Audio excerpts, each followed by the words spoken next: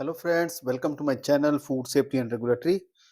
आज हम बात करेंगे जो एफएसएसएआई की नई गाइडलाइन और स्टैंडर्ड आने वाला है स्वीट्स के बारे में, इंडियन स्वीट्स। तो स्वीट्स का अभी तक कोई स्टैंडर्ड नहीं था।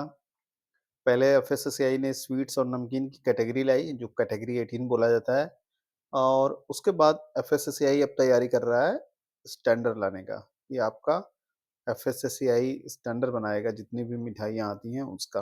उससे पहले आप मेरे चैनल को प्लीज़ लाइक और सब्सक्राइब कर दीजिए, शेयर करिए अगर आपको मेरी वीडियो अच्छी लगती हो तो। तो एफएसएसएआई अब क्या करने वाला है मैं आपको बता दूँ। जो अभी मीटिंग हुई थी 2 हफ्ते पहले, उसमें ये डिस्कशन हुआ था कि अ, मिठाई को 4 कैटेगरी में एफएसएसएआई बाँटेगी। पहला वो कैटेगरी होता है जो ग्रेन बेस्ड होता है, जैसे कि लड्डू हो गया, हलवा हो गया, जलेबी हो गई या कोई भी ग्रेन बेस्ड मिठाई। दूसरा होता है dry fruits nuts seed based, जैसे कि काजू कतली हो गई, ड्राई फ्रूट्स के लड्डू आते हैं, बर्फी आती है वो हो गई, ठीक है? उसके अलावा तीसरी जो कैटेगरी है, जो तीसरी कैटेगरी है वो है फ्रूट्स एंड वेजिटेबल बेस्ड, जैसे कि गाजर का हलवा हो गया, अंजीर के रोल्स हो गए। तो ये तीसरी कैटेगरी है। चौथी जो कैटेगरी और है एक, वो है आपका कंपोजिट मिठाई।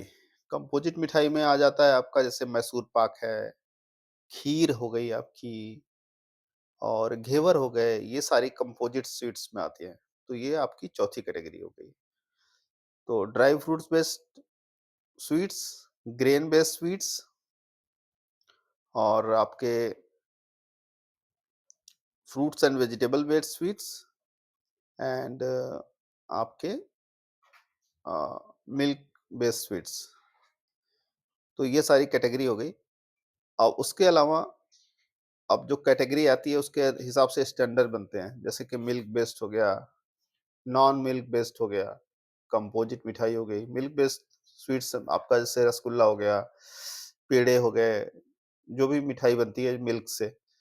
और नॉन मिल्क बेस्ड जैसे कि आपका लड्डू हो गया या फ्रूट्स, ड्राई फ्रूट्स वाली मिठाइयाँ हो गई।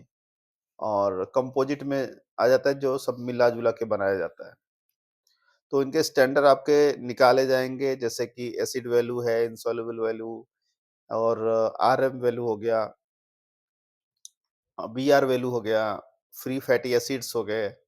तो ये सारी चीज़ें निकाली जाएँगी और उस बेस पे आपका स्टैंडर्ड डिसाइड होगा।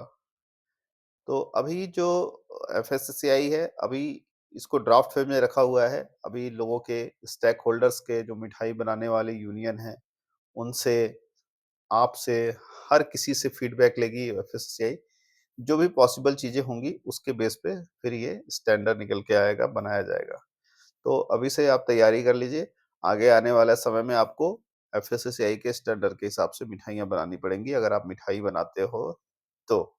और अगर मिठाई खाने के शौकीन हो तो आप निश्चिंत हो जाइए, आपकी जो मिठाई है वो स्टैंडर्डाइज होगी।